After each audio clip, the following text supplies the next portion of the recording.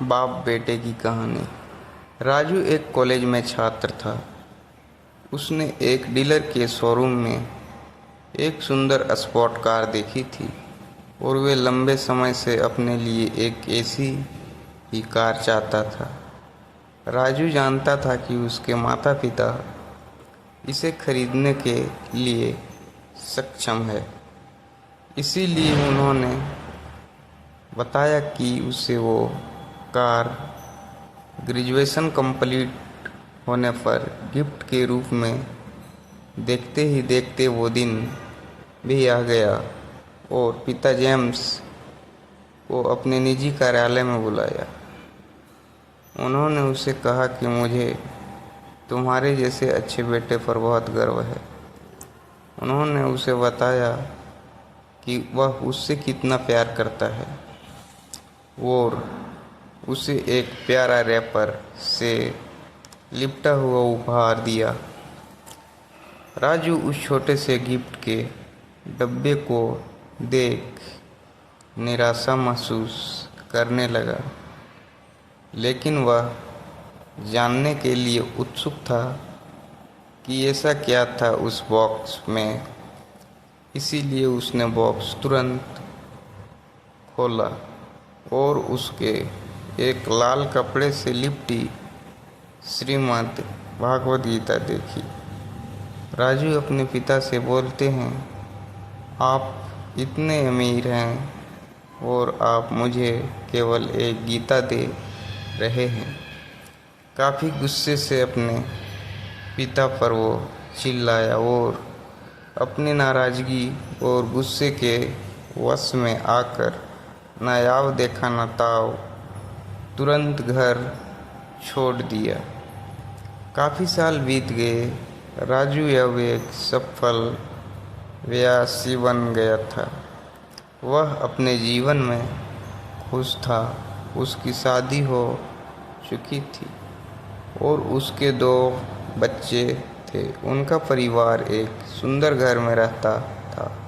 उसके पिता के साथ टूटे रिश्तों के कारण उसकी आत्मा अभी भी आहत थी।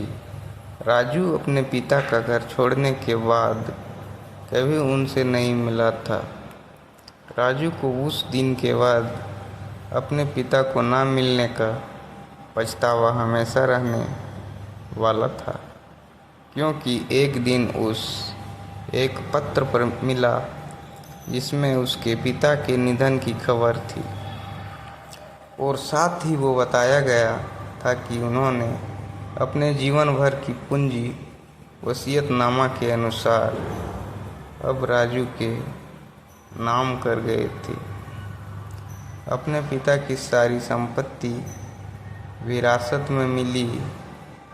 तब राजू अपने पिता के घर पहुंचा और कुछ महत्वपूर्ण कागज की तलाश करने लगा और गलती से उसे वही भागवत गीता का उपहार लिपटा हुआ मिला, जिससे देख उसे फिर उसी उदासी का एहसास हुआ।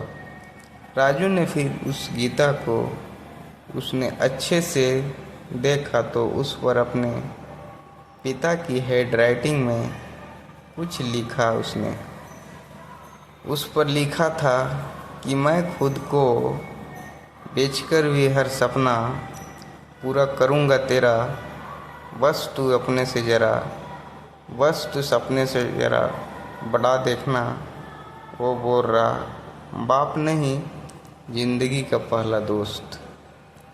वो कविता पढ़ी ही थी कि अचानक उस किताब से एक चाबी गिरी, जिसके ऊपर लगे टैग पर उसके ग्रेजुएट होने की तारीख के साथ साथ कॉन्ग्रेचुलेशन और लिखा हुआ था। राजू के सर के ऊपर से उसके पिता का साया तो पहले से ही उठ चुका था और आज उसकी ज़िंदगी की सबसे बड़ी गलती के बारे में जानकर उसके पैरों के नीचे से ज़मीन भी खिसक गई। इस दिन राजू की आंखें और रूह दोनों पछतावे के आंसू रोई।